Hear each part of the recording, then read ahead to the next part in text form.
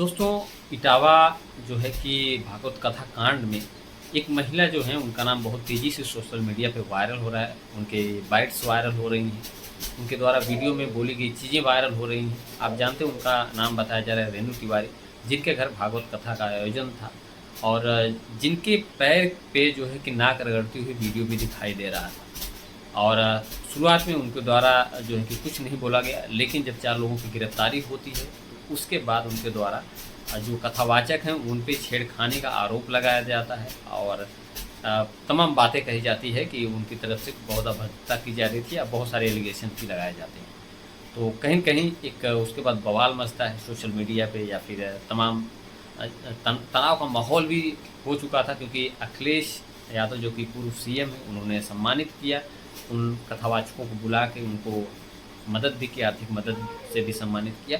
तो उसके बाद जो है कि ये मामला एक तरीके से कह सकते हैं कि राजनीतिक बनता हुआ दिखाई देने लगा और इसमें आरोप प्रत्यारोप तमाम चीज़ें होने लगी, तमाम रिएक्शंस आने लगे, तमाम जो है कि ब्राह्मण जाति या यादव जाति या जितने मतलब जहाँ से भी जिसको जो भी सही लग रहा तो अपने तरीके से इस पे जो है कि अपना व्यंग्यात्मक या फिर अपना जो भी रवैया है वो अपना रहा है। और इसको कह सकते हैं कि इस पे एक तरीके से 2 तबका बढ़ चुका है। एक ब्राह्मण की तरफ जो कथा ये कहता है कि नहीं, ब्राह्मण का जो है कि अधिकार है सिर्फ कथा कहने का। एक तबका ये है कि नहीं, कोई भी कथा कह सकता है और तमाम बहुत सारी चीज़ें हो रही हैं सोशल मीडिया पर आप देख रहे हैं। इस बीच एक चीज़ बहुत तेज़ी से अब वायरल हो रही है। रेणु तिवारी जो हैं उनकी एक वीडियो सोशल मीडिया पे वायरल हो रही है। कई न्यूज़ में आपने देखी होगी वीडियो, उसमें बहुत सारी जो है कि ऐसी बातें उनके द्वारा बोली जा रही हैं जो कि जाति विशेष को लेके संबोधित करके बोली जा रही हैं। उनकी बहन बेटियों के ऊपर तमाम चीज़ें बोली जा रही हैं और कह सकते हैं बहुत अपशब्द का उसमें प्रयोग किया जा रहा है, जो कि इस वीडियो में मैं आपको बता नहीं सकता। वो वीडियो तेज़ी से वायरल हो रही है और सोशल मीडिया पे तैर रही है और जिसके बाद से कह सकते हैं आपकी सपा का प्रतिनिधिमंडल जो है कि मिलता है, आके प्रशासन से मिलता है और उनके ऊपर मुकदमा दर्ज कराने की मांग भी करता है। और ये मुकदमा जो है कि आज की डेट में शायद उनके ऊपर दर्ज भी हो चुका है और तमाम सवाल खड़े हो रहे हैं। उसके बाद वो फिर से आती हैं, सामने आती हैं, इंटरव्यू देती हैं कि उनके द्वारा ऐसी कोई बात नहीं कही गई, किसी जात विशेष को लेके कोई उनके द्वारा अपशब्द नहीं बोला गया है। वो जो वीडियो चल रही है वो फेक है।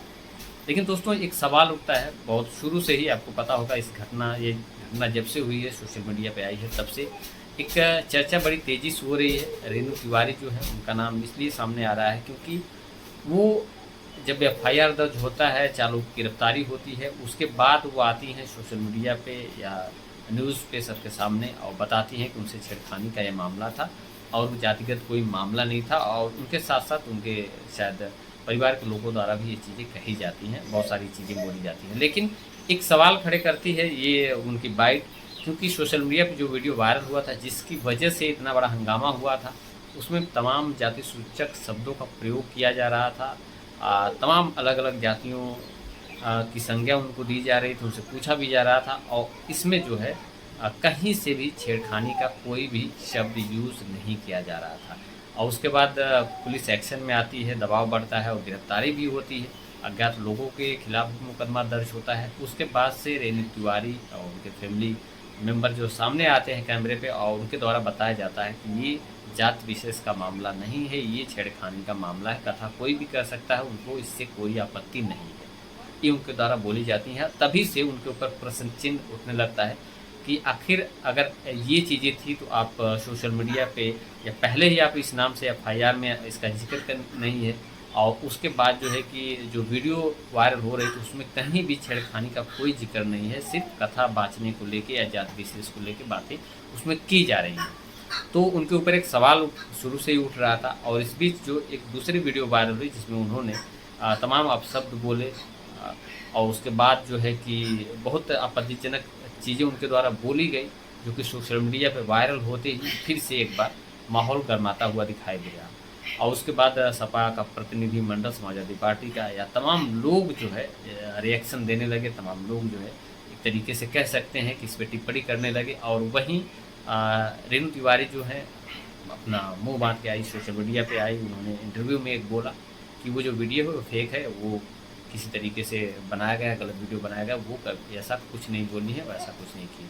तो दोस्तों बहुत सारी चीज़ें हैं, ये जिस तरीके से इस घटना को होना ही नहीं चाहिए था, और उसके बाद होने के बाद भी इसको किसी तरीके से सॉर्ट आउट हो जाना चाहिए था, इसको यहीं पे ख़त्म हो जाना चाहिए था। लेकिन ये घटना कहीं न कहीं और भी तेज़ी से बढ़ती हुई दिखाई दे रही है।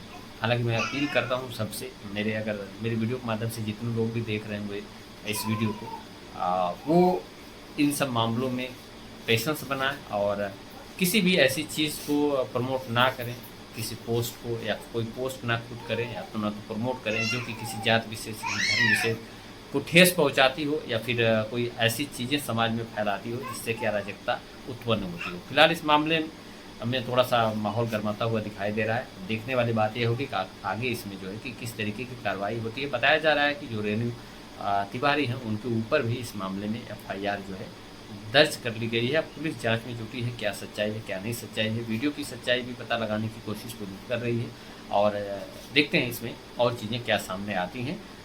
मिलते हैं आपसे नेक्स्ट वीडियो। जय हिंद।